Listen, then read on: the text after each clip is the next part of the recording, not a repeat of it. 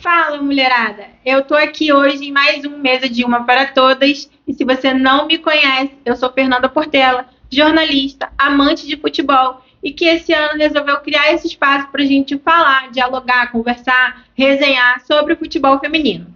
Eu não tô inventando a roda, tá? Já tem uma galera fazendo isso. Mas eu quis esse ano ser mais uma fonte, mais um canal, mais uma possibilidade de expandir o futebol feminino, mulher falando sobre mulher, potencializando mulher. Então, eu acho que esse é o momento que eu digo para você, se você gosta de futebol feminino, ficar aqui comigo, se inscrever no canal, curtir, comentar, compartilhar esse vídeo para a gente sempre ter uma resenha gostosa por aqui, beleza? Hoje nesse vídeo nós vamos falar de primeira rodada da Copa Rio feminina, a estreia da seleção brasileira sub-20 no Sul-Americano e a Supercopa Feminina. Mas antes de falar sobre tudo isso que eu pontuei aqui, eu quero deixar registrado o meu descontentamento com a primeira rodada do Brasileiro Feminino. Por quê?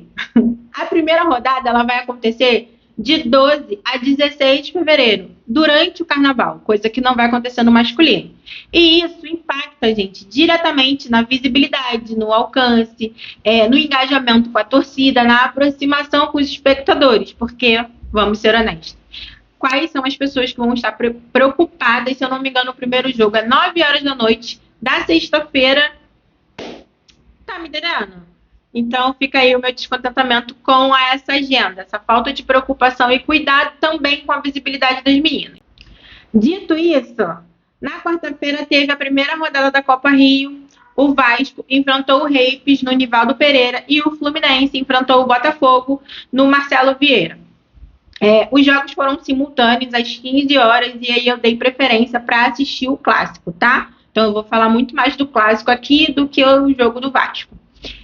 Aos 16 minutos, num bate-rebate na área do Botafogo, a bola sobra com a Lelê, que abre o placar 1-0 Fluminense. Mas até o gol do Fluminense, o Botafogo tinha mais domínio do jogo, tinha mais controle, mais posse de bola, ele era mais organizado dentro de campo e mais consciente do que ele queria fazer com as jogadas. Com o placar, o Fluminense conseguiu equilibrar a partida e ficar mais objetivo e ter mais possibilidade, levar mais risco ao gol do Botafogo. Começa o segundo tempo, o Botafogo faz marcação alta, pressiona bastante o Fluminense, mas já nessa fase do jogo eu senti os dois times muito afoitos. O Fluminense para finalizar logo, ter logo o placar, e o Botafogo para reverter a situação. Eu vou destacar aqui dois nomes desse jogo. E os dois nomes são do Botafogo, embora tenha tido o placar adverso, tá?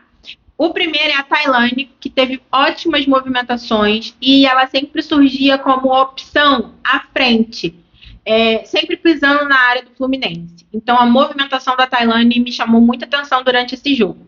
E o segundo nome é para a goleira Michele, também do Botafogo, que além dela fazer, quando o Fluminense levou ao perigo, dela fazer grandes defesas, aos 23 minutos, numa excelente jogada de contra-ataque do Fluminense, a Michele faz uma defesa, a bola sobra nos pés da Raquel Fernandes, e como a defesa do Botafogo estava totalmente desorganizada pela jogada de contra-ataque, a Michele se viu obrigada ali a cometer a falta, fez o pênalti. E aí, assim, ela fez a defesa, ela fez o pênalti e ela defendeu o pênalti. Então, meus dois destaques aí para esse jogo vão para as duas atletas do Botafogo, tá? O Botafogo seguiu fazendo pressão, manteve as jogadas trabalhadas, principalmente pelas laterais do campo, explorou muitos cruzamentos ao longo da partida, tentando reverter o placar, mas a essa altura o Fluminense estava ali com a casinha fechada, querendo mesmo garantir a vitória, porque vai somar pontos para o final do campeonato, né? Foi um jogo aguerrido, as atletas disputando muito as jogadas. Em algum momento eu senti um pouco de desgaste físico, embora o Botafogo me parecesse mais preparado fisicamente. Chegou um momento que as duas equipes sentiram um pouco o ritmo do jogo, porque foi bem aguerrido, mas de diferença nesse momento do segundo tempo, né, já quase no final, era um Botafogo muito afoito e aí acabava tendo erros, né, não refinando tanto as jogadas para conseguir concluir, talvez gerar ali pelo menos um empate. Já no outro jogo, Vasco e Reis, o Vasco conseguiu construir um placar de 8-0.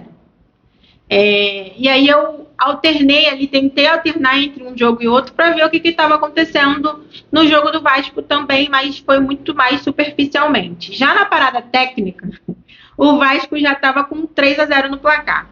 E aí, aos 30 minutos, a Laís alcançou o hat-trick da partida. Só para vocês entenderem como foi a velocidade.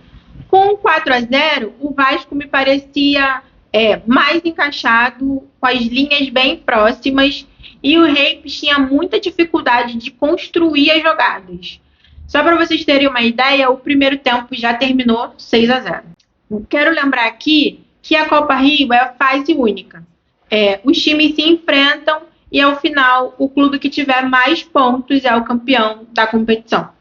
Uma outra coisa que eu quero ressaltar sobre a Copa Rio é que Botafogo, Vasco e Fluminense, eu não tenho certeza se o Reis transmitiu, tá? Mas Botafogo, Vasco e Fluminense transmitiram a partida das meninas. E, ao longo da partida, as transmissões de cada TV alcançaram aí mais de 1.000 visualizações simultâneas. Ou, eu posso generalizar aqui, umas 4.000 visualizações simultâneas ao longo do jogo. E aí, aqui, eu meio que ratifico? Acho que é essa palavra. Eu ratifico o que eu falei sobre os dias e horários do Campeonato Brasileiro Feminino serem dentro do Carnaval, tá, gente? Porque dificulta, impossibilita das pessoas assistirem. Ninguém vai parar o Carnaval para assistir o Campeonato Brasileiro. Tanto não para que eles não fazem isso com o masculino. Público tem. Falta mais organização e pensar nessa distribuição, como isso vai ser distribuído para a mulherada. Essa é a minha visão. Seguindo aqui com as minhas anotações, ontem teve a estreia do Brasil no Sul-Americano, Brasil e Equador. O jogo foi às 18 horas. O Brasil é favorito da competição. Ele ganhou todas as edições.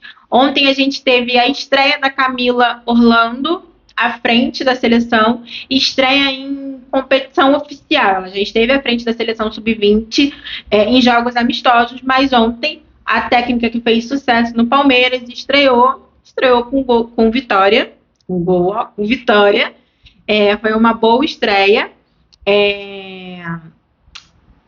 O Equador, ele começa o jogo melhor, fazendo jogadas de inversão, e essas jogadas de inversão dificultaram muito a marcação do Brasil. O Brasil não conseguiu encaixar a marcação nessas viradas de bola que o Equador fazia. O jogo foi acirrado, com algumas boas chances, algumas, não muitas, mas as chances que as meninas tiveram ao longo dessa primeira etapa foram boas chances para ambos os lados. E aos 44, num cruzamento na área brasileira, a Vélez recebe a bola com liberdade para dominar, finalizar, e aí abre o placar 1-0 Equador. O Brasil empata aos 14 minutos com gol da Carioca. Depois de um chute cruzado da Gisele, a bola bate na trave, sobra no pé da Carioca, que tem liberdade para dominar, ajeitar o corpo, finalizar e empatar o placar. E aí, aos 34 minutos, a Brenda dribla duas goleiras na área equatoriana, consegue se posicionar perfeitamente e aí vira o placar 2-1 Brasil, numa bela jogada feita pela Samara. Preciso aqui destacar isso, tá? Foi uma linda jogada da Samara pelo lado direito. E aos 86 minutos, a Isa Nunes faz pênalti. Comete pênalti. Sei lá, como você gostar de falar. E como ela já tinha amarela, ela é expulsa. E o pênalti acontece, gente, numa jogada que o Equador vinha fazendo desde o início do jogo. A jogada de inversão que o Brasil não conseguia marcar A falta foi uma falta boba da Isa, enfim, para parar ali a jogada numa área perigosa, e quem converteu foi a Casares, 2-2. Já nos 47 minutos, finalzinho do jogo, a Ana Beatriz, lá no meio-campo, ela tenta fazer ela faz, na verdade, um lançamento para a área para ver se dava em alguma coisa. E deu, porque a goleira equatoriana, eu não sei se ela errou o tempo de o que aconteceu, se ela foi com muita confiança na bola, se ela, enfim, errou o tempo de bola. Sei que ela deu mole, a bola encobriu, gol do Brasil, fim, vitória de virada, 3-2. E o próximo desafio da Seleção Brasileira Sub-20 é amanhã, contra a Bolívia, às 18 horas. Só para a gente se situar aqui, o Sul-Americano Sub-20, ele tem 10 clubes, e esses 10 clubes são divididos em 2 grupos. O Brasil está no grupo B, junto com Peru, Argentina, Equador e Bolívia. As equipes se enfrentam em turno único e as 3 melhores de cada grupo vão para o hexágono final. E aí ali, nesse avanço, nessa nova fase, todas se enfrentam. Essa competição garante 4 vagas diretas para a Copa do Mundo Sub-20, que vai acontecer na Polônia esse ano, tá? E por falar em sábado, vulgo amanhã, temos a Supercopa Feminina. De um lado, Corinthians, campeão brasileiro, do outro, Palmeiras, campeão da Copa do Brasil. O Corinthians está indo atrás do tetracampeonato e o Palmeiras está indo atrás do título inédito da competição. E eu quero saber de você, quem você acha que leva esse troféu?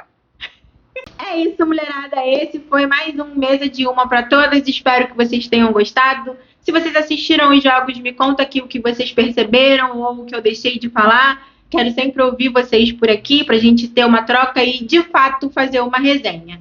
Sendo assim, eu vou finalizar pedindo para você curtir, comentar, compartilhar e deixar um encontro marcado, que a gente se vê no domingo para falar do jogo da Seleção Sub-20 e da Supercopa Feminina. Um beijo e até o próximo vídeo.